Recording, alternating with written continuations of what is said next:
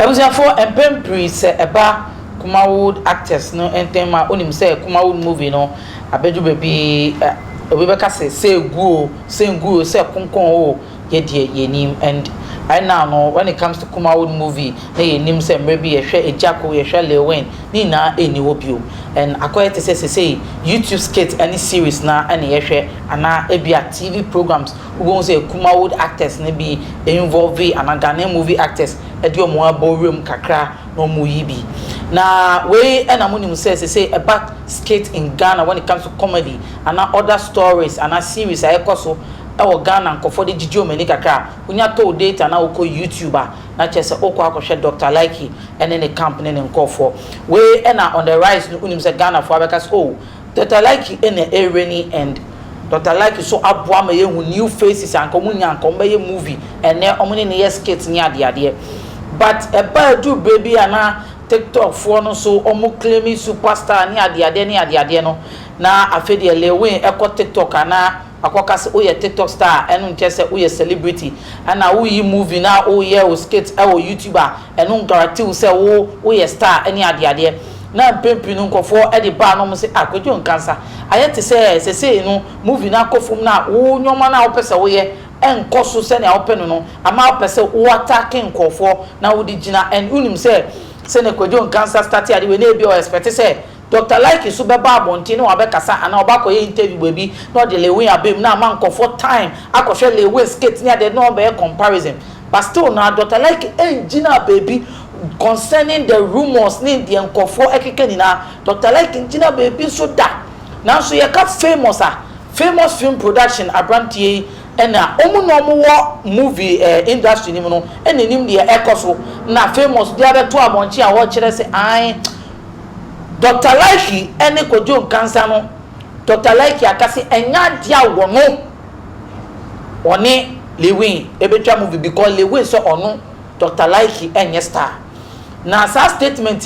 se ekokukuo mu kra famous aye rumors e say famous e dia ba bonde wo che so audio and I say we play o say kophobia ti o sa ba out o ye de ye ni because kwekumenu na e video o kase famous say impo setesana nyombebu wa sumase a yemfa ba bonte because with claims aye ni na ye make say Dr. Likee afro kwa no waka asem bia me sure say ekukuom no ka asem ne ye den e kire wo wan ka woden abonten na ensem bi wo wa kwekumenu aba bonte a waba address a wo che say no say even po issues are ekosun kofonim say I onu kwekumenu na mo no when or even movie industry you maybe a catch and say nipa asimesi eye the face of a movie and bibia otumika say nipa we me pese me ni be movie we hu sanu man but obi amba abonti ameka say and na me star we person be act movie because e kukoma sem eye problems e koso a ye try say ye be solve na say famous who a movie director and a producer you don't have the right so be abonti na wo ba kire mpo say Dr. Likee aka kire wo say ono enya de oni kojo in cancer lewen ebe movie because bako claim say ono Dr. Likee enye star yenkotie ensama enua bema Kwaku menu ekafa ensama ekoso between Dr. Likee and kojo in cancer lewen obi enye adwuma unim dadaada so obi ka so obi enye adwuma uyi awe dadaada me ye di me a uyi awe se me enkofo bi ka so mni wo famous e bi beto wanim me wo ka kire me asoma nko ho tokwada ti asem yo se ampase de Likee ka kire wo no se woni kodo nya adwuma se because kodo se wonya star dia obi e wontimi ni nya adwuma sa tam we no ye hiam painful bi ewo industry ni mu a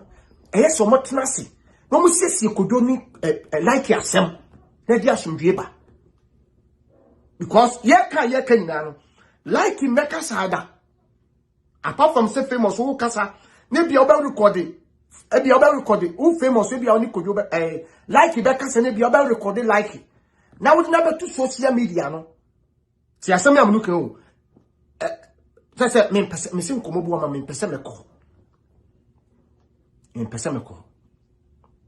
yenya de ebetimi di asomdua ba industry nim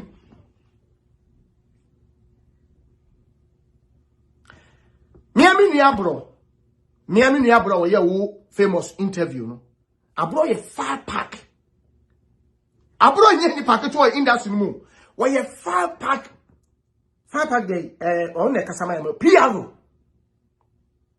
we ye 5 pack PRO etina ka director any 5 pack PRO ese mutimi masundue ba Likee any kuduntem me abro mu na ese mo masundue ba Likee ni kuduntem because we the whole Kumawood abro we 5 pack PRO unye ni pack to our industry mesre dede no atoso ha da ko won he be danya ne yente asem papa enu tina mesre kojo yente asem padako ye be danya ne dako bi yente asem pa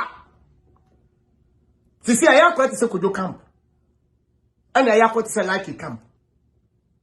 ene da santo papa Ebusiafo aha ena mede mo ebesi onua be malimo eleken kwame amega ena mede video yi ana enkomo yi eyeden ebro da sene ebesi hia makra